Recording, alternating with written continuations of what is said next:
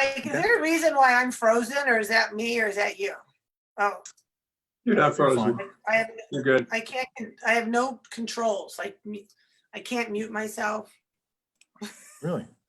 Yeah. Okay, going live. It's on Facebook.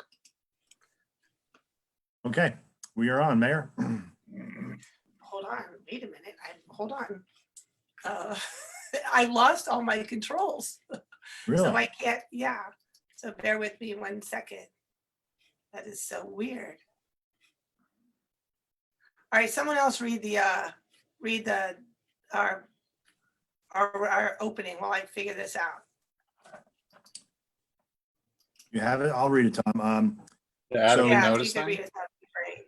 Yeah, the adequate notice of this meeting, as required by the Open Public Meetings Act, was provided through and the posting, mailing, and filing of the annual notice of the regularly scheduled council on December 11, 2019. The notice was, on that date, posted on the bulletin board in the municipal building, provided to the Westfield Leader and the Star Ledger, and filed with the clerk of the town of Westfield. And this is the May 26, 2020 town council meeting being held on Zoom and being broadcast simultaneously on Facebook Live. This is Raleigh. May I have a roll call? Mayor Brindle, Here. council members Havegood, Councilwoman Havegood, Is she on mute? She's on mute. Here, sorry. Councilman Parmalee, Here. Councilman LaGrippo, Here. Councilman Katz, Here. Councilwoman Mackey,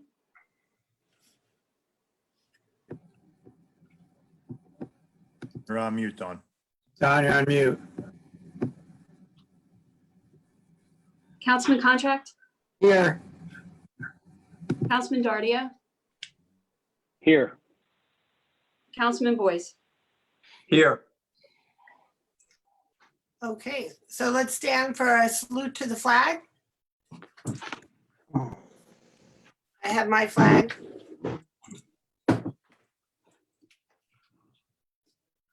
I pledge allegiance to the flag of the United States of America and to the republic for which it stands, one nation, under God, indivisible, with liberty and justice for all. Nice. Okay, so Jen, do you want to have any Sure. updates? A couple of quick updates, Mayor. So we'll hear a little bit more about this later on in Councilman Contract's report for Public Works Committee. But a couple of good news items on roads. So we did have Union County today announce the annual infrastructure grant awards, which we applied for, as we always have, and $97,500 has been awarded to the town of Westfield for paving of to be put towards the paving of North Chestnut this year. So that's a pretty significant number for us, which is great. And second of all, we do have positive news. We haven't got exact confirmation yet, but state aid from the state of New Jersey for the paving of Scotch Plains Avenue from South Avenue to Dorian, we believe will be coming through as well. So those are two roads that we will definitely be moving forward with, and we'll hear a little bit more a little bit later in Councilman Contract's report about road paving for 2020 and beyond. But those are two good things about road paving, things we'll be able to do. Also, in reference to other capital projects, so Minnewacan pathways are complete. There was some restoration done on the edge of the pathway. Grass seed has been planted. It's going to take a few weeks for that to germinate and grow. And the rain this past weekend was very helpful, which was good. Paving, the road has been milled. Park Drive all around Minnewacan Park has been milled last week. We had a few things uncovered during the milling. So we actually had to install a new manhole cover and a few things, which is curing as we speak. But we hope the company can get the paving equipment here this week. We'll start, if not, it'll be done next week, but that'll wrap up the paving of that area. And lastly, we had, if you remember I think you mentioned in one of your updates, Mayor, we had a fountain, water fountain, ADA accessible and dog fountain that was donated by Columbia Bank to friends of Minnewacan who then have gifted the fountain to the town of Westfield. So great news was last week, the concrete pad along with pavers was installed along with plumbing fixtures, but we actually are plumbing stubs.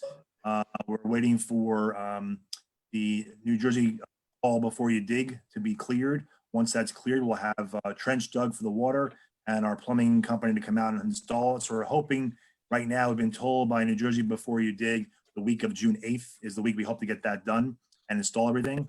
We're waiting for them to give us the clearance to dig first, which we have to wait for. But great news is that'll pretty much be one of the last major installations in the park.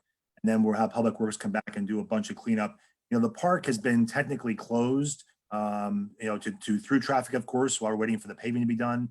But Public Works will be getting in there once that's to do a complete cleanup. They did a little work last week, but they're gonna be mulching beds, doing new plantings at the playground, cleaning up some other areas. But Minnewacan should be done in a few weeks from all the different installations, which is great. And lastly, just to update on tax collections. Again, I want to thank the residents of this town. While the collections timeframe, the grace period was extended to June 1st. As of today, we have 91.5% collections in, compared to this exact date last year, which of course was after the grace period, because the grace period is historically 10 days. We had 94.6%. So we've definitely shrunk that gap. And again, we still have until the end of this week and early Monday, I guess on Monday, to get some payments in. And we had a lot more payments come in today. So we're doing very well for second quarter collections, which is great news. And I want to thank the residents for doing that and using our 2 drop boxes at the building and paying online as well. So it's, again, as we expected, second quarter is coming in very strong. And we'll have more to report to the Finance Committee by end of the week and see where we are, so you can kind of gauge that. But Henry and I spoke our collector today, and it's going very well. So thank you to the residents of Westfield for continuing to pay on time and pay your taxes. That's all I have, Mayor. Excellent. Well, I have some updates. This also will serve as our daily COVID update on cases. So I just remind everybody that comments are only accepted on Zoom, and we are streaming for viewing only on Facebook, and there will be a replay available. So if you have any comments, please submit your questions via Zoom. So regarding cases on COVID, and I apologize, I'm reading from my phone since my computer's doing funny things. So today we have 155,764 confirmed cases in New Jersey. There are another 1,083 that are under investigation. The county has 15,293 cases. And the good news is for Westfield, we have no new cases reported since our last report on Friday. So our total remains at 274. So we're advised that due to the holiday weekend, there might be some glitches with reporting. So we don't know if that's completely going to hold up, but if it does, it would mean that we've had only 5 what we call confirmed community cases. Those are not long-term care cases. Only 5 confirmed community cases in the last 2 weeks, of which 2 came in just this past week. And like I said, we've had 0 in the last 4 days. So, you know, it's a preliminary 4-day trend, but it is certainly encouraging and really a reflection of, I think, what the community has done in terms of its a commitment to adherence to social distancing. So thank you. And there's more detailed information available on the Department of Health COVID-19 dashboard. Just regarding some announcements from the state today, and some of it you guys might have already read. Governor Murphy did report New Jersey is also moving in the right direction since its peak. New hospitalizations are down 84%. Patients in hospitals are down 67%. ICU patients are down 63%. And patients on ventilators are down 66%. And thankfully, the long-term care facility cases are also trending downward, so that's great. You probably heard by now, a lot of cheers you might have heard going up that the governor announced that outdoor graduation ceremonies will be permitted after July 6th. With specific social distancing requirements to follow tomorrow.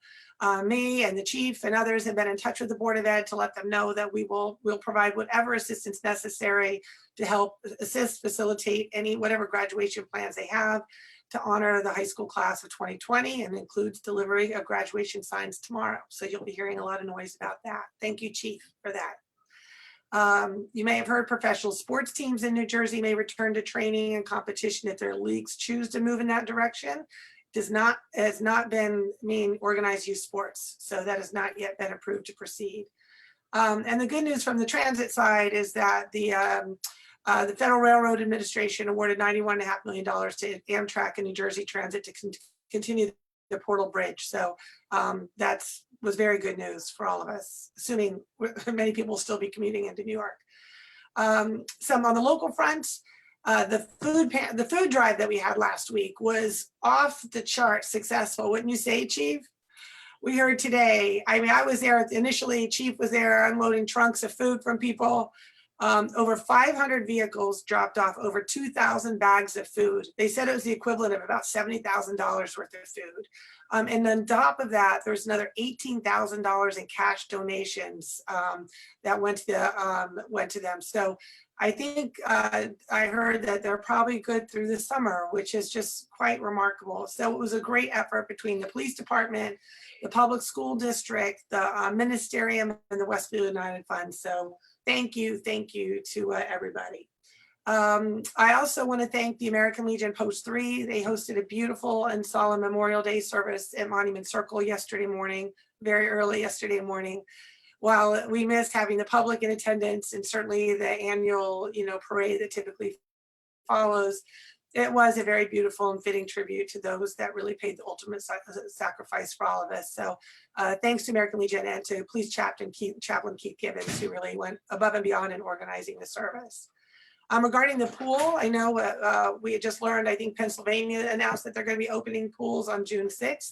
Our rec department announced that they are making preparations to open the pool, but we're obviously waiting for specific guidance on that. It will not be June 6th. It's going to be delayed past that. They're also in the process of making lots of modifications to enable appropriate social distancing and whatever the protocols. And once the guidance comes from the state, it will probably take a couple weeks to actually make sure that we're in full compliance. So clearly, everybody will know as soon as we do. But and as a result of that, pool registration will be open on a rolling basis. So there's no deadline for pool registration until membership is sold out. So swim lessons and swim team registrations have both been postponed until further notice.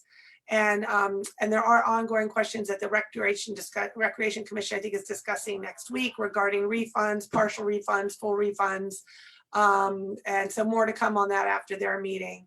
And I'm sure Scott Katz, who's our rep on the Recreation Commission, can give everybody an update. But the pool committee and the Rec Commission are being very, trying to be as flexible and proactive as possible in light of what's very difficult to anticipate. So switching gears tonight, we are going to be hearing an ordinance on first reading out of the Code Review and Town Property Committee to provide for the implementation of the 5-year tax exemption and abatement law for the recently designated area in need of rehabilitation in downtown Westfield, which is what we voted on that resolution 2 weeks ago. So now that it has been designated, we need to take action to actually move it forward to enable it. So this was obviously done with input and support from the downtown business owners. And it is more important than ever before. So joining us tonight will be Redevelopment Council Steve Lennox, who will explain the specifics of the tax incentive when we introduce the ordinance. On another vein regarding downtown, we had the first meeting of the reopening task force last week, chaired by DWC Executive Director Bob Zuckerman, and they're reviewing options for reopening with representatives from the public, from most importantly business owners, property owners, and really trying to understand what needs to happen to allow for social distancing. A lot of people, are talking about closing the streets, which I think on first glance would be great because it enables, greater distancing and so forth. But to be honest with you, the businesses, in particular restaurants, are very concerned about the impact on their pickup and takeout business. So I think I'll probably end up going kind of on a trial basis through things to make sure that everything that we do is incremental while ensuring the well-being of the public. But most importantly, we also want to make sure that they are, their business needs are met as well. Let's see. Oh, and I remind everybody, artists in the community, if you guys have read about the amazing first public art exhibit with these butterflies that are be around town called Art Takes Flight. It's going to be sponsored fiberglass butterflies, one for each decade of our Westfield's 300 years. They're going to be either on concrete pedestals are going to be affixed to trees all over town. And then at the conclusion of the exhibit, they're going to be auctioned off to fund future public art installations. Some will be permanently installed. So this is the first out of the gate Public Arts Commission initiative. I think it's the perfect thing to do in terms of its imagery regarding butterflies and kind of coming out of the cocoon, but also something that people can do safely. Anyway, you should know about that. And please go to the Public Arts Commission on our website if you're interested in any more information or in potentially even painting a butterfly. And I remind everybody, the TWC doesn't let a pandemic get in the way of one of their major events. Girls Night Out is now Girls Night In. And that's this Thursday. So you can shop, connect with friends, experience some of our downtown businesses special offers. I think me and Dawn Mackey and Linda Hapgood are hosting something right on Thursday night, I think with the DWC. So all the details for the pre-party Zoom registration and merchant offers are on the DW website. So tonight in closing, obviously we're doing something very important, and that is we're voting on the adoption of the 2020 municipal budget. As you'll recall from the presentation at our April 28th meeting, this budget reflects significant revenue uncertainty stemming from unknown future tax collection rates and lost revenue from sources like parking, courts, construction, investments, and the pool we just discussed. And because the full extent of COVID-19 impact on next year's budget is difficult to predict, we're also trying to take that into consideration now and just know that we're going to need to adapt as the reality of our finances take shape. So just as a reminder and a summary, as a result of all of this, expenses have been cut by 1.3%, despite a 2.3% increase in non-discretionary costs. And it is the first budget reduction in 8 years. And hats off to all the department heads who really took a good hard look at their budgets. We are prepared to make additional cuts if necessary as we monitor revenue throughout the year. And the proposed 1.95% municipal tax increase equates to $55 on an average assessed home. And when you consider with last year's 0% increase and then a 0.5% increase before that, the average increase over the last 3 years is 0.8%, which is about $24 a year. And this year, the good news is we learned from the county that we're actually going to see a tax reduction from the county. It's going to average to $125 reduction per household. So it will more than offset the municipal increase that we're going to see this year, which is really good news. And, you know, our priority does remain balancing our ongoing progress on popular improvements for parks, paving, infrastructure, et cetera, with the continued need to anticipate and manage our potential revenue shortfalls, which, you know, we hope aren't as, second quarter was good, but I think most of us are very, very worried about August. And we also want to maintain a healthy and reasonable surplus. So I do want to do a special shout out and thank you to the entire finance committee of the council, in particular, Chairwoman, Councilwoman Hapgood, for their perseverance and resolve in developing this budget, not once, but twice, in order to find a good path forward. And just lastly, in light of the positive trends we've seen in our community regarding COVID, we do anticipate lifting some of the additional restrictions regarding the use of our parks in the next few days. This primarily has to do with things like allowing to have small groups of exercise teams, fitness groups operating in the park, et cetera. So you'll see more about that in the next day or so. We are now shifting from what I say, saving people to serving people. And we're going to be increasingly focused on efforts on how we're going to operate in this new normal. So I don't anticipate that this virus has or is going away, but I think if we all work together, exercise good judgment, and very importantly, make decisions that are considerate of others, we should be able to ensure that we will be able to manage a caseload that will yield the best outcome for our community. And I just want to thank everybody again for their ongoing cooperation and consideration of others. And I think Westfield, from what we've seen so far, we've really done remarkably, remarkably well. And I look forward to hopefully a very positive recovery for all of us. So Thank you all again. And so with that, we'll move on. So Mrs. Rowley, there you are. Do we have any advertised hearings? Yes, Mayor, there's 2 advertised hearings. The first is the public hearing for the 2020 Special Improvement District budget. Anyone wishing to be heard on the 2020 Special Improvement District budget, please virtually raise your hand. To make your comment, be sure to include your name and address for the record. This is for the 2020 Special Improvement District budget.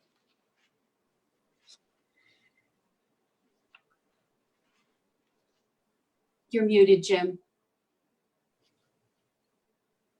I'll be scanning the attendees. If anyone has any questions, you can virtually raise your hand or submit the question in the Q&A. Do another little bit.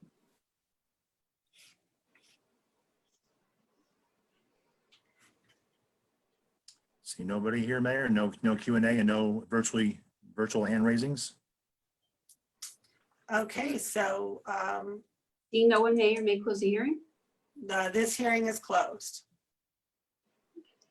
Next is the public hearing for the 2020 municipal budget. Anyone wishing to be heard on the 2020 municipal budget, please virtually raise your hand, make your comment, be sure to include your name and address for the record. This is comments for the 2020 municipal budget. Same thing. We'll look for the attendees, look for the Q&A. A little bit here.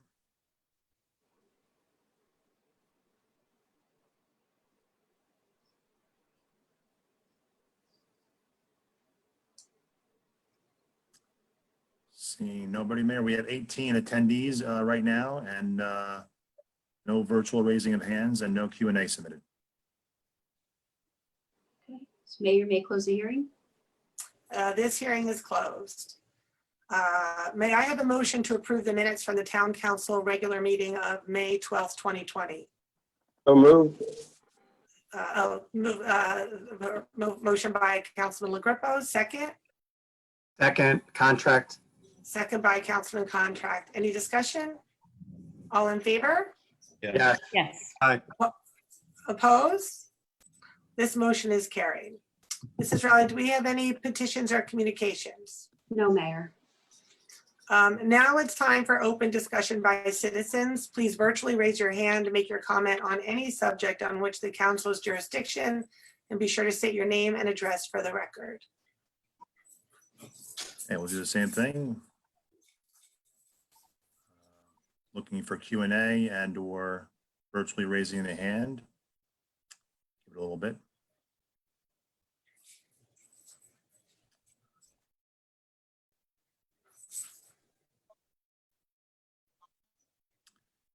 No Q&A submitted and no virtual raising hands. Okay, hearing none, I close this portion of the meeting and move to bills and claims. So Councilwoman Hapgood.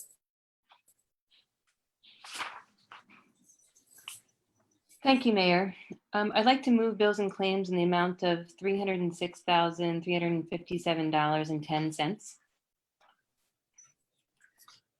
May I have a second? Second, Boyce. Second by Councilman Boyce. Any discussion? All in favor? Yes. Yes. Opposed? This motion is carried. So next on the agenda is reports of standing committees, beginning with the Finance Policy Committee. So Councilwoman Hapgood. Thank you, Mayor. I have 9 resolutions, 7 of which I'd like to move as a package. The first, the resolution authorizing the CFO to draw a warrant to refund street opening cash bond. The second, resolution authorizing the CFO to refund recreation department fees. The third, a resolution authorizing the CFO to draw a check for the balance of escrow monies. Fourth, a resolution to authorize the CFO to draw a warrant for overpaid taxes for the year 2020. 5, a resolution authorizing estimated tax rate. 6, a resolution to appoint plumbing subcode official. And 7, a resolution to read the municipal budget by title. May I have a second? Second. Palmer. May I be voting on yes on all except for the budget? Okay. It was seconded by Councilman Parmalee. I got that, Councilman LaGrepo, wherever you are. Okay, so all in favor? Yes. Opposed? Okay, this motion is carried. Next, I'd like to make a motion for final adoption of the 2020 Special Improvement District budget. May I have a second? Second, Second contract. by Councilman Contract. Any discussion? Please call the roll. Councilwoman Habgood, Yes. Councilman Parmalee, Yes. Councilman LaGrepo, Yes. Councilman Katz, Yes. Councilwoman Mackey,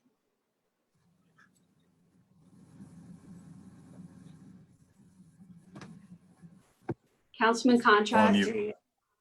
Yeah, yes. Councilman Councilwoman Mackey, Dardia, you can just raise your hand too if you want. Yes. Councilman Boyce, Yes. Mayor Brindle. Yes, this motion is carried. And lastly, I'd like to make a motion for the final adoption of the 2020 municipal budget. Thank you. May I have a second? Second, Second. Dardia. Second by Councilman Dardia. Any discussion? Please call the roll. Councilwoman Habgood, Yes. Councilman Parmalee, Yes. Councilman LaGrepo, No. Councilman Katz, Yes.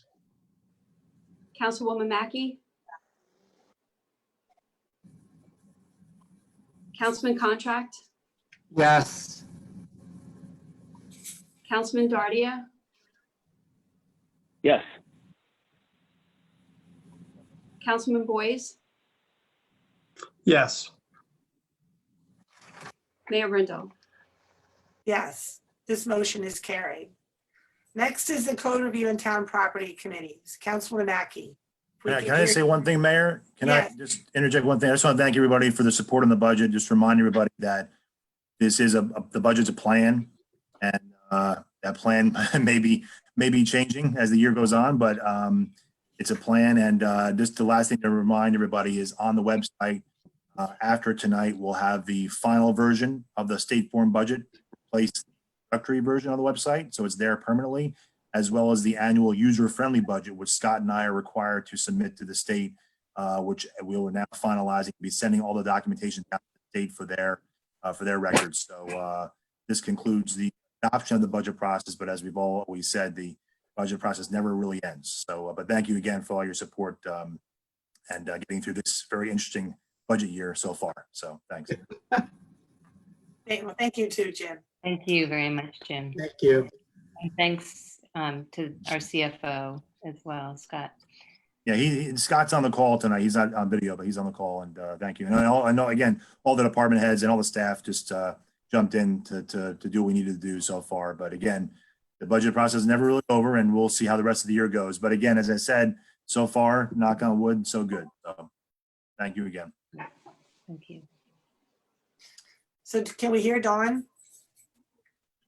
All I right, just- You're not on mute, Dawn, but we can't hear you. Are you on the phone as well? Can you hear me now? Yes. yes. Yes, now we can hear you. Okay. I would like to move General Ordinance Number 2171 on first reading. An ordinance providing for the implementation in the town of Westfield of the 5-year tax exemption and abatement law pursuant to NJSA 40A 21-1. May I have a second? Second, Katz. Second by Councilman Katz. Any discussion? And I think, is this where we went? Steve, do you want to talk about this a little bit?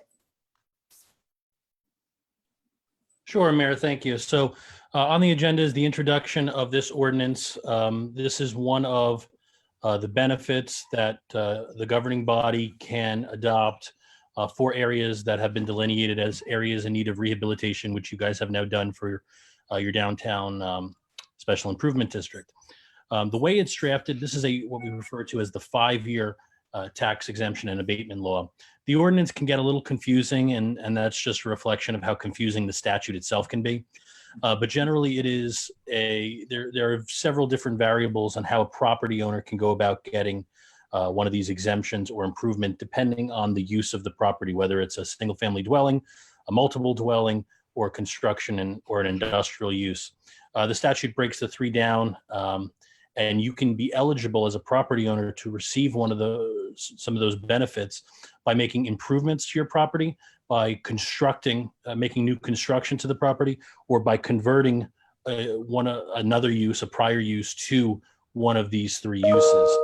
And based upon the value of those improvements, generally it corresponds with the value of the exemption. Not all classes are eligible for abatements as well, but some are. So to give an example without turning this into an hour-long webinar, if the property has a single-family dwelling that is improved on the property and they make improvements to it, the ordinance, which tracks the statute, allows an exemption of up to $25,000 of the value of the improvements. So, for example, if the improvements are valued by your tax assessor at $50,000, well, half of that can count as an exemption for the 5-year period. The town benefits because it incentivized the property owner to improve his or her property, which might not otherwise happen. And it gets, for at least the 5-year period, an increase in the assessed value of $25,000. The property owner gets the benefit of saving some tax dollars as a benefit of making an investment in his property and in the town. After that 5-year period, it goes away, the exemption, and in year 6, what the taxes would be due as normal takes effect. So for most of the examples, whether it's a single family or multiple dwelling, all a property owner would need to do is fill out the state form. There's a state form and present it to the tax assessor. It's an automatic approval of that exemption and abatement. For some of the larger projects, the new construction, commercial, industrial, it does require council action and an agreement between the property owner and the governing body. And there's various formulas that can be used to calculate what the exemption and abatement would be. And it's really viewed in a case-by-case basis. But generally, the most common formula that's used is what we refer to as the phase-in, meaning that once you calculate what the exemption amount is going to be, it phases in over that 5-year period. So in year 1, the property owner is going to be paying whatever the taxes were in the year prior, so the municipality doesn't lose any money, plus 20% of the new value or the improved value. In year 2, it's 40%, then 60%, then 80%, and then by year 6, you're paying the full amount of the assessed value of the property. So that's the skinny of it. Again, don't want to turn this into a webinar, but I'm happy to answer any questions that the council may have. I share in the mayor's thoughts when it was presented to us that this is a great incentive for your downtown businesses to share in the growth and the revitalization of the town and not feel left out. And we gave a presentation BC before COVID, it felt like years ago, to the downtown property owners, and they left just elated. There was no opposition to it for the most part that I saw. And all the property owners, and several spoke out that had properties in other towns that have similar type incentives and spoke of its value. So again, happy to answer questions, but that's what this ordinance does. Thank you, Steve. And on that note, can you talk a bit about how widespread the use of this designation is in municipalities across the state? And is there a certain profile of towns that use this, and how broadly is it used and by whom typically? No, rehabilitation differs from redevelopment in some regards. Some regards it's similar, but for example, your area, your downtown area was delineated solely because of the age of its infrastructure. So in that regard, it's very common in towns with older downtowns like Westfield, and we see it up and down the state, and have been doing it in several different counties with great success, because really there's very little downside for the municipality, for the property owners. Obviously, the property owners opt in if they want to avail themselves of the program. And again, the municipality gets improved properties, property owners to fix up their property, increase the assessed value of the properties, get additional tax revenue during those 5 years, which it otherwise wouldn't, and then in year 6, have the improved value and at its full assessment. So it's pretty common. Thank you. Steve, this is Councilman LaGrippo. Some of the residents I've heard from feel this is a sweetheart deal for developers, but residents feel if they improve their own property, they're taxed at a higher rate. So how do you, what's the best way to explain the benefits of what you're doing downtown versus residents who improve their properties receive a tax increase? Well, just to be clear, obviously, everybody, whether you're residential or your commercial property, has the same tax rate.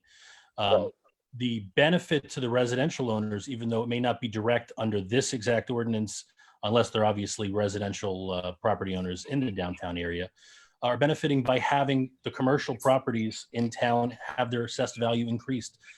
So it's spreading out in your budget the onus from residential to those commercial properties. I know in your town you had a recent reevaluation, and that's always, a challenge for the downtown properties. And we heard a lot of that at at the presentation we gave to them. But when you have commercial properties that are improving their properties and thus the assessed values are going up, that's going to increase their share of the burden of your overall tax liability in town. So is that, And I think safe to say that's 5 years down the road? Say that again, Councilman? Is that safe to say it would be 5 years down the road that they would, the residents would see the benefit of the new rate of the tax rate? Well, no, because the assessed value is going to go up immediately once the improvements are made. It's just that a portion, again, it's not going to be the entire amount of the improvement. The example I gave you before, for single families, it's only up to $25,000. For commercial industrial, for multiple families, it's capped at 30% of the value of the improvements. So it's the value in year 1 of the improvements, the assessed value is going to go up. And for the most part, as I mentioned before, the most common formula that's used is the phase-in. So it goes up incrementally each year. I think it also speaks to whether or not you believe that a vibrant, revitalized downtown benefits the overall town as a whole. Mm-hmm. And I think what we've seen is that there isn't, the state of our downtown is lacking investment clearly, and there hasn't been anything that spurred their willingness to invest in most cases, in many cases, upgrading their property. So if this will do that, and can spur activity downtown, I think the entire town will benefit. And people would see that in, ultimately improve property values, et cetera. So, and I think if you made it town-wide, you do run the risk of losing, there are people that are going to make improvements to their town, to their homes, irrespective of this. And then you run the risk as that we would be foregoing revenue, tax revenue that we would be otherwise be getting. And I don't think many of us would say that that's what's happening in our downtown. Yeah, I think, go I ahead, just- Linda. Yeah, Yeah, Linda, I'm go ahead. I just wanted to clarify too, Councilman, because I think you said that it was benefiting developers. This is actually benefiting downtown property owners and landlords so that they can make improvements, I think, Steve, right, to their properties. In a lot of cases, these old buildings and those investments that are going to be made are going to enhance the landlord's ability to rent their properties to different kinds of businesses, so they can make technology upgrades, they can do all kinds of things that are going to modernize the space and make it more attractive to people who are interested in renting in our downtown. Yeah, I mean, the primary focus is obviously the current property owners, but that's not to say that somebody couldn't come in, buy the property and take advantage of it. And in fact, Right. that may be another benefit of the statute and the ordinance itself, is that it helps some of these property owners sell to somebody with the capital to make the improvements that they otherwise may not be able to do. Another thing that I think is worth pointing out for this discussion is the statute and the ordinance both have safeguards in them to protect against, improvements that are not true improvements, right? So, maintenance costs, the painting of buildings, the refitting of, for a new tenant, the making repairs to a building that were, because of a fire or other casualty that you're using insured proceeds from. Those are all exemptions from what we consider improvements.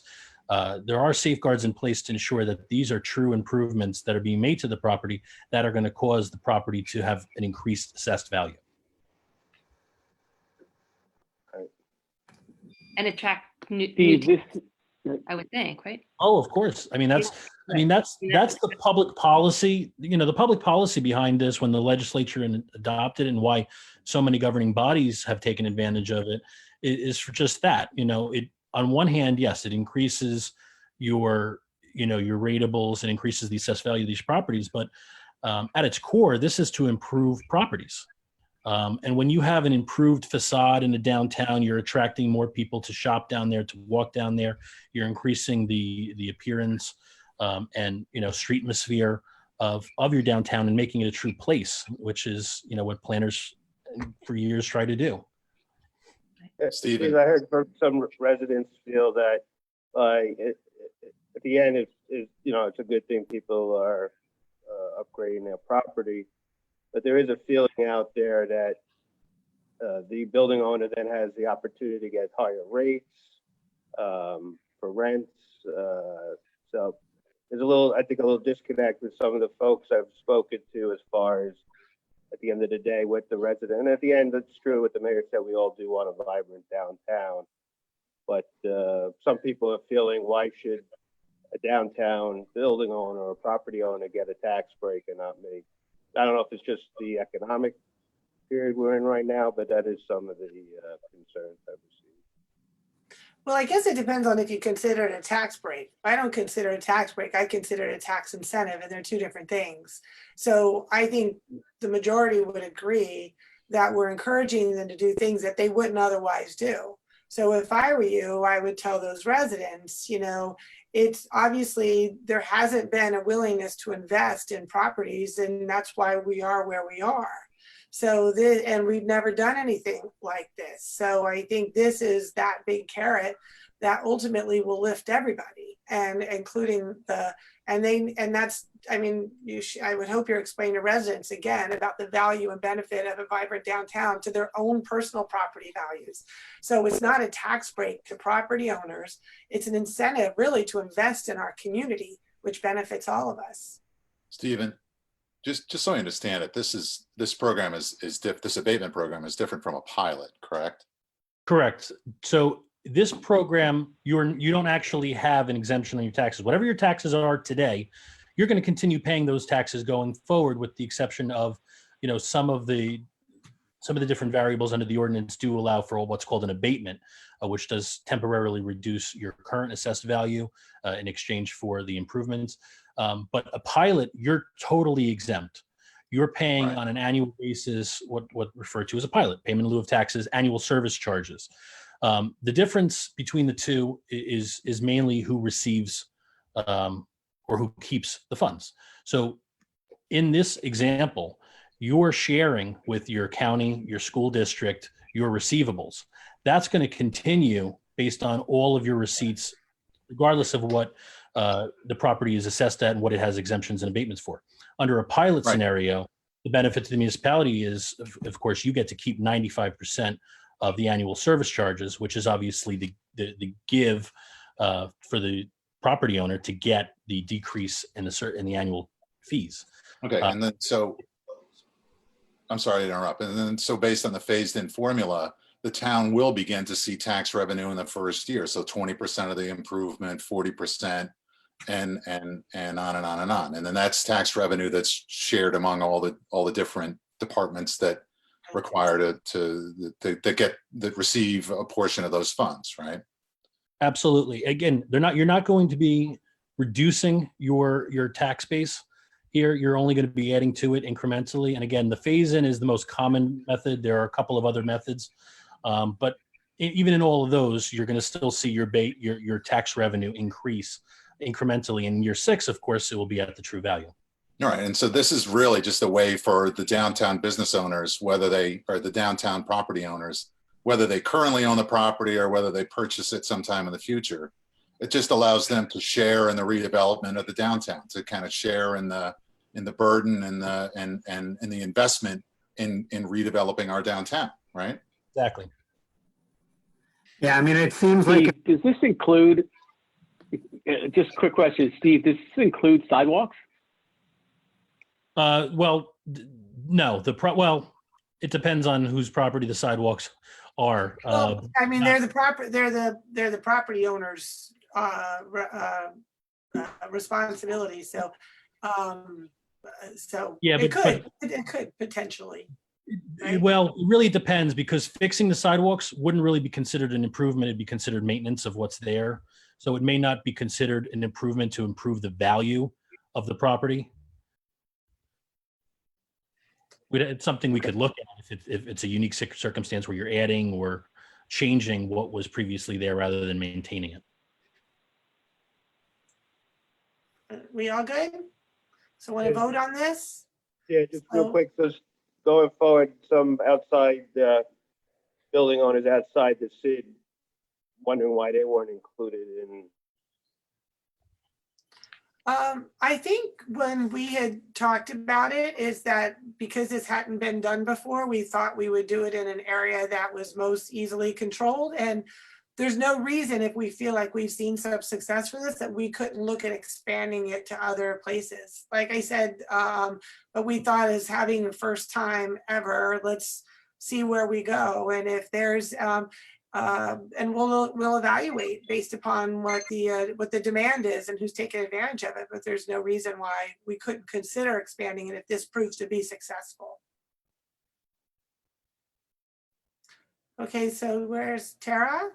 So you want to call the roll? Councilwoman Habgood, Yes. Councilman Parmalee,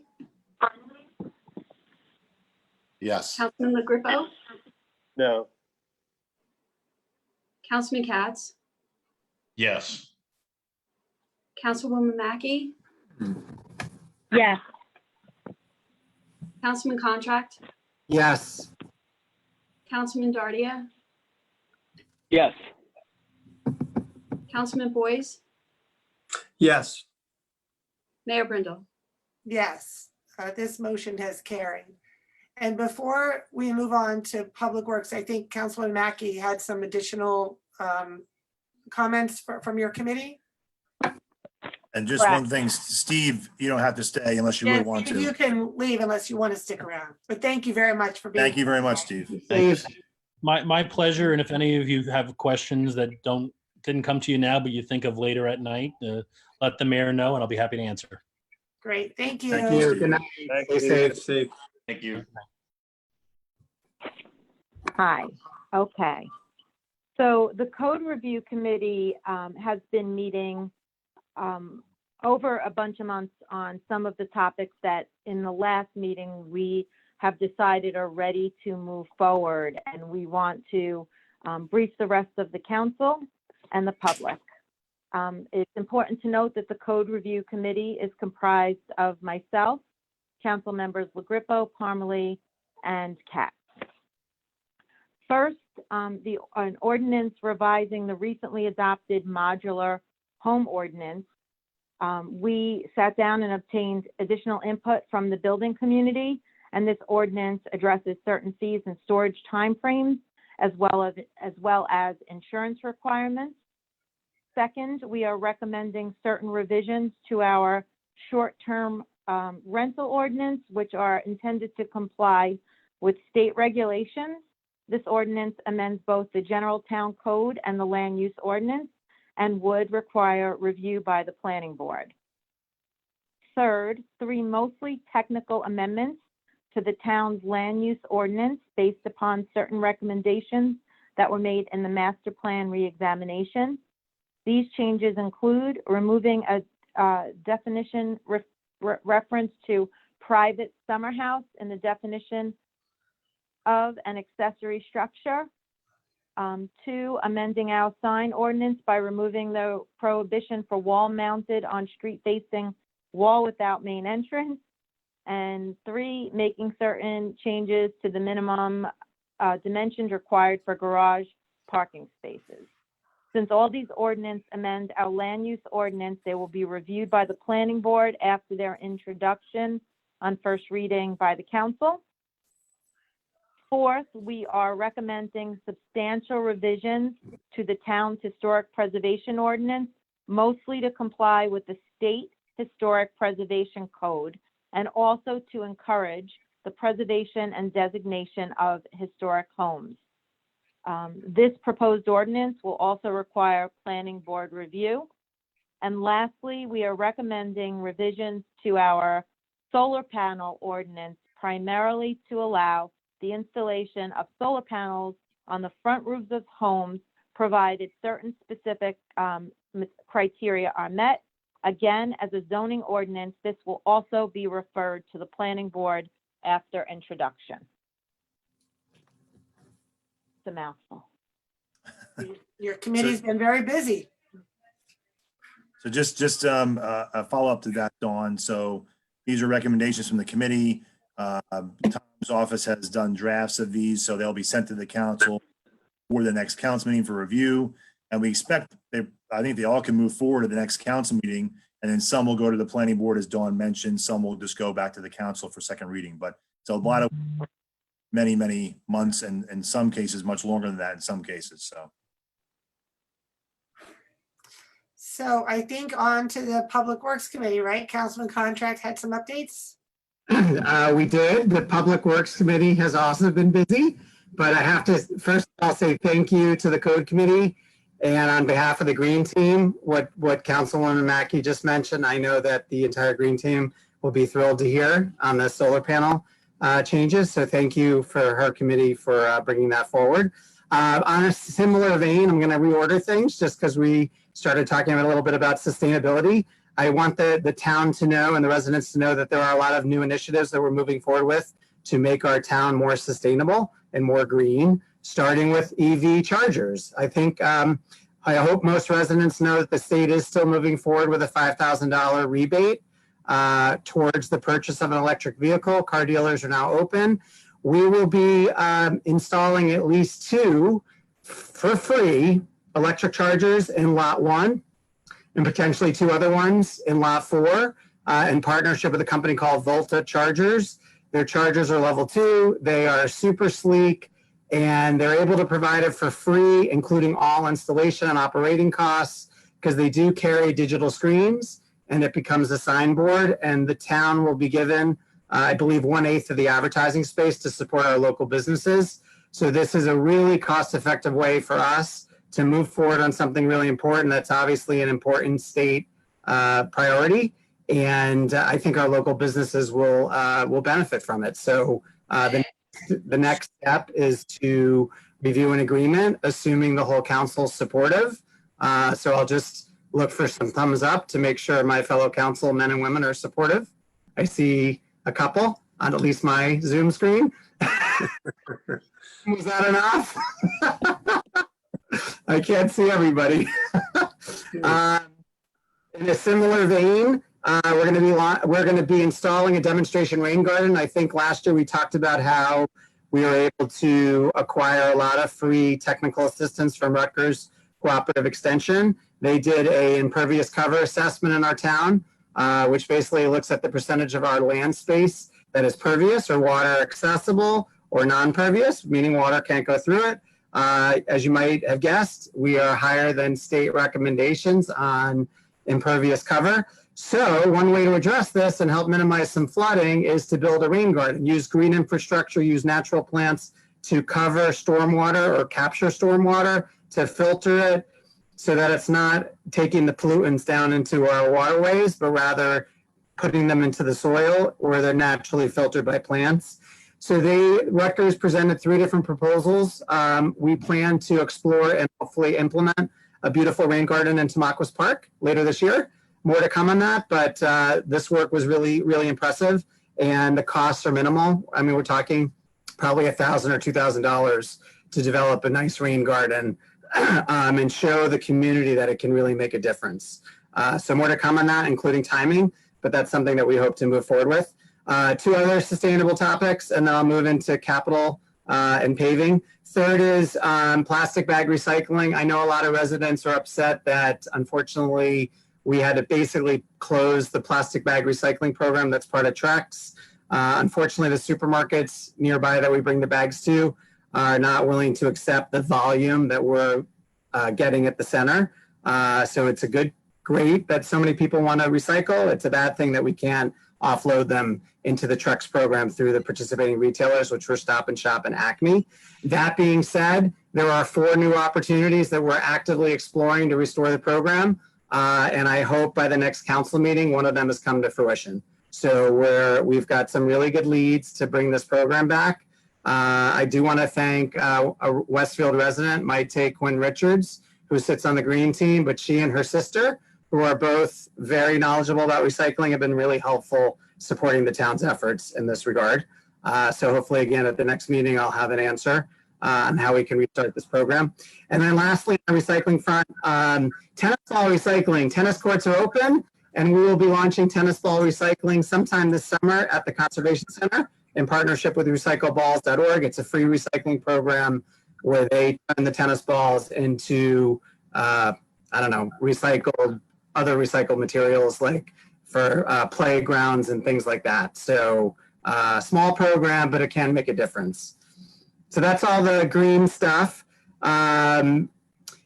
Moving on to capital and paving, Jim mentioned at the beginning of the meeting, we do want residents to know that minimally the town will be having about 11 miles of roads paved this year, which is tremendous. So in partnership, and again, we have a big thank you to Jim and to Chris McAloon, our town engineer, building a really good relationship with Elizabethtown Gas, where, they are now paving length to length, side to side, the roads that they affect, which was not the case 2 years ago. They have plans to pave 9 miles of roads in town, which after they complete their infrastructure upgrades. That's almost on par with last year. Jim already mentioned the state aid project, which has got Scotch Plains Avenue, as well as the county grant for North Chestnut. And I think most people are aware that the county has finished Mountain Avenue. So if you sum all that up, it's 11 miles of roads, which will be the second highest number ever in our town's history in terms of paving roads. Now, we do hope that we will be able to do some additional road paving, depending on how the town's finances shape up and whether we can proceed with capital investment later this year. Those roads the town will choose will be based on the PCI scores. If everybody remembers the road assessment that we did last year, and looking at the roads in the worst shape, those are the ones that we want to rehabilitate ideally first. So more to come on that, but at least we'll get 11 miles of roads, which is a nice follow-up to last year's almost 20 miles. And I would remind residents that the average amount paved prior to the last couple of years was 4 miles. So we are far and ahead of where we've been. We've made amazing progress on this. We still have more to go, but we're making really, really good progress, and we're working all angles here. I think it's wonderful that we've built great relationships with the state, with the county, with Elizabethtown Gas and other utilities to get more paving out of them. And the code committee has done a great job protecting our roads once they're paved. Lastly, and I guess, sorry, this is related to sustainability, but related to energy. So this is another new opportunity for our town that I wanted to share with the council and get feedback on. So there is a statewide program called GEA, which is government, why am I blanking on it? Energy aggregation. Aggregation, right, government energy aggregation. So basically what this program allows Westfield to do is aggregate all of the demand of residents and go out to market to bid on the electrical supply that we all currently get from PSE&G and get you a better price, because we're leveraging the scale of over 9,000 households. In addition to saving residents money, this program oftentimes can allow us to change the supplier of that electricity from partially renewables to either majority renewables or exclusively. So right now, PSE&G is required by the state to generate, I believe, a quarter of their energy through renewables like solar or wind. Other towns in the nearby area, like Livingston, have done this program. They save their residents 5, 10, or 15% on their energy bills and shifted to 100% renewables. So this could be potentially a win-win for residents and as well as for the environment. What we're recommending is that we hire a consultant for free. There are absolutely no costs to the town to explore this for the town to see if it's, we know it's feasible, to see if it's advantageous, to see if the energy markets would allow us to save residents money, and then actually go into the market and present and obtain bids. And only if we could save residents money would we move forward. Now, for those residents who aren't interested in participating, they can opt out of the program. But we do believe that most residents, if they were offered the opportunity to save 5 or 10% on their electrical supply bills without any effort and work on their part, would probably say yes. And it's important to know that there are no changes to the residents' relationship with PSE&G, to their billing and to their service. So PSE&G would still deliver the electricity, PSE&G would still do repair and service and still do billing. So we think this is a natural and positive step to take. If the council supports it, again, to do an RFP for a consultant, there's no obligation that we actually move forward with the program. There's no cost. It just allows the town to explore this so that we can see if we could save residents 5 or 10%. Keep in mind, I think the average energy bill in town is probably $300 a month, maybe more. And so if you save 10%, that's $30 a month. You know, it's a couple $100 a year. I think most of us would not mind having a few extra dollars in our pocket. So, David, you just got to. on that, but I'm sorry, it's Mark. You just got to emphasize that everyone's automatically in the program, and they have to opt out on their own. So that's going to be the rub with a lot of residents. But just make sure you go with, as you're explaining, is tell people up front that that's the way the program works. yeah, no, absolutely. All residents have to participate or are automatically enrolled. But if you don't want to stay in it, you just have to opt out on a website. It's a one-click opt-out. So, you know, the only way the program works is because you're aggregating all of the demand in the town, you know, 9,000 plus residents strong. That's how you can actually generate some scale economy and save residents money. Because instead, right now, everybody does it individually. So you don't have any buyer power. You don't have any power. But when we bundle everybody together, we have weight. And we can aggregate that demand. But Mark's right. You are enrolled in it, and if you want to opt out, you can just do it on a website. But David, there's no way for your bill to be higher, right? It would only be lower, right? So there's Correct. No way I mean, we as a committee said that, you know, we want to save residents money. So we've seen other towns save their residents money. We've been told that there's typically 5 to 10% savings in PSE&G territories. So that's why we're very interested in this, because again, particularly in this economic time, if we can save residents a few $100s a year, we think that's valuable considering there's no work that they need to do. And there's an easy opt-out if you don't want to have your electrical supplier changed on you. Scott, Dave, this is Mike. I'm a big supporter of this. Just a second, Mark. Big supporter of this, Dave, and I'm disappointed though that I can't participate in it because I have solar. But when we were talking about this in our committee, Councilman Katz brought up a great point. And so, Scott, I'd like you to talk about how you compared this to the sewer fee and how it could be advantageous. Absolutely. I think it'll take over. Some people were upset about the sewer fee increasing. I think this will more than make up for the sewer fee, given the average usage that David had spoken about. So yeah, it should cover it. It seems. Yeah, I was just going to say I was involved in this in my previous life at the Board of Public Utilities. So I used to speak to municipalities across the state regarding the benefits and negatives of such a program. When I was doing it 3 years ago with renewables, we were never able to get to the rate of the PSE&G rate. So I don't know, maybe that's changed. You know, you said Livingston, David, does that, you know, what percentage of renewable was less than the PSE&G rate?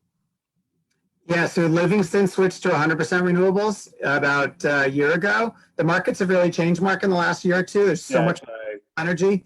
The other thing that one of the consultants, we talked to a couple, there's 3 or 4 that do this statewide. And I should have mentioned, there's well over 120 municipalities in New Jersey that have done this. We're not doing this kind of like out on the limb. He said that actually because electricity usage is down, but supply has stayed constant, there's a glut of electricity. So actually, if we're able to move forward more quickly during this COVID-19, we might actually be able to save more money because the suppliers are looking to push electricity. They have too much electricity that they're sitting on, and you know, because the demand is down. Just curious, what percentage of reusable was Livingston? You know. Well, they were at regular PSE&G percentages, which I believe is 25%, and they were able to up it to 100% as part of their GEA agreement. And it was lower than the PSE&G rate? Yeah, they saved, I think, 10 or 12%. The councilman I spoke with said that expect 5 to 10%. And actually, they also have JP&L, and they only save 7% with JP&L. JP&L is a little bit cheaper than PSE&G. Okay, thanks. Yeah, you know, you're welcome. You've got a lot of background, Mark, on this. Like, it seems to me to be a bit of a no-brainer. You know, I understand that you know, we are making residents join the program, but you can opt out and we can save you hundreds of dollars, and that seems to be valuable. Yeah, the big thing where people, it's, you know, originally when they rolled out the program 10 years ago, it was an opt-in program, but then to get the numbers, it became an opt-out program. So, and that's. Well, David, we'll have time to talk about this more, right? Yeah, we have to do the, so it sounds like there's broad support to move forward with the, it has to be an ordinance to hire the to do the RFQ, so hopefully that can be in the next meeting. And can I just mention 2 quick lifelong Westfield updates? Switch gears off Public Works. Really briefly, Lifelong Westfield wanted to announce that we are going to initiate the Westfield 300 Milestone Awards as part of the town's 300th anniversary. You know, what more fitting way to celebrate our 300th anniversary than to highlight those residents, businesses, and even pets and cars that have longevity in town. So we're going to be releasing a survey.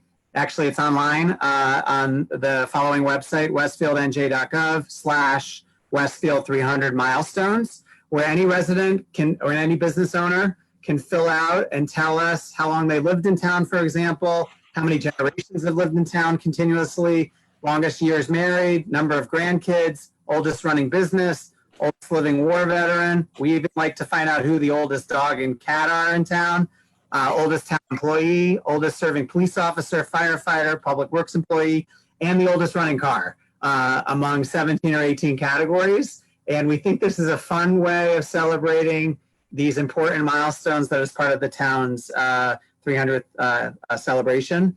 And the survey closes on June 15th. It's a 5-minute survey, very easy to fill out. And once we figure out who wins the milestone awards, we'll announce it later this year, depending on how things go. Hopefully we can do it in person. If not, we'll do it virtually. So exciting new initiative. And then a few other quick things. The Lifelong Westfield Committee is also launching a new program called Seniors for Seniors. And well, this was prior to knowing that they could have an in-person graduation ceremony, so I didn't know that. But nonetheless, we think our seniors are a wealth of wisdom and can share that with the next generation. So we're inviting all Westfield seniors who have advice they want to give to the graduating class of 2020 to email westfieldnjseniors@gmail.com. And if in a few sentences, what wisdom do you want to pass along to the next generation based off your life history and your learnings? We think it'll be really valuable, and we'll post it and we'll print it in our next newsletter. And I also want to just thank Lifelong Westfield. They're still calling hundreds of seniors every week to check in on them during this crisis. And I know many of the seniors really appreciate it. And also every Friday, we're having virtual chats with about a dozen seniors. And again, they appreciate that camaraderie and that community that we're building. So hats off to Lifelong Westfield, doing a really good job in this crisis to support our seniors. Thank you. Mayor, and- just one addition real quick, just to David's report. Only thing I also make sure residents understand that West Broad Street is also a street that's going to be paid by the county this year. That I know there's a lot of work going on that street right now between New Jersey American Water and Elizabethtown Gas. That will be paid by Union County likely sometime later this year. So just another street we're adding to our list at no cost to the town. So. Great. So, okay, I think we have to go back. Councilor Mackey forgot two things that she wanted to Me too. update. And then Sorry So I about get that, to- guys. There was a page too. All right, that very quick. Number 6, we're amending the town's noise ordinance. There's always a lot of outreach from residents requesting a little bit of quiet in the town. So we are going to reduce the hours on Sundays where intensive noise creating machinery can be used, reducing the hours to 9 to 5 versus the current 9 to 8, hoping to give the residents a little reprieve at the end of the week. And then finally, 2 ordinances to formalize into our town code 2 ad hoc committees created by Mayor Brindle. And these are the Mental Health Advisory Council and the Senior Advisory Council, the Lifelong Westfield that Councilman Contract just spoke of. And that's it. Thank you. all right. Mayor, So I think that's it. Linda, I'm sorry, Councilor Hopkins, you had something? I just wanted to add on, particularly since Councilwoman Mackey was just talking about the Westfield Mental Health Council, because May is Mental Health Awareness Month. And I hope everyone's been noticing in the paper letters that that members of the committee have been writing, talking about what we are calling CAKE, compassion, acceptance, kindness, and empathy, the behaviors that we're trying to encourage everyone to live by as part of our commitment to becoming and staying a stigma-free town. So if you do see acts of compassion, acceptance, kindness, or empathy, please note them down in an email and send them to cake@westfieldnj.gov, because we're going to be memorializing these in events that we have in the future. And David, I'm going to ask you to encourage some of the people in Lifelong Westfield to send some notes in to us about the Friday night chats and those kinds of things. We've been seeing a lot of really amazing efforts on the part of the residents in this community. And so I just thought that. Yeah, absolutely. Thanks All right. on cake tonight. So Thank you very much, Councilwoman. Okay, so may I have a motion to adjourn? So So moved. moved. Moved by Councilman LaGripo, seconded by Second. Councilman Contract. All in favor?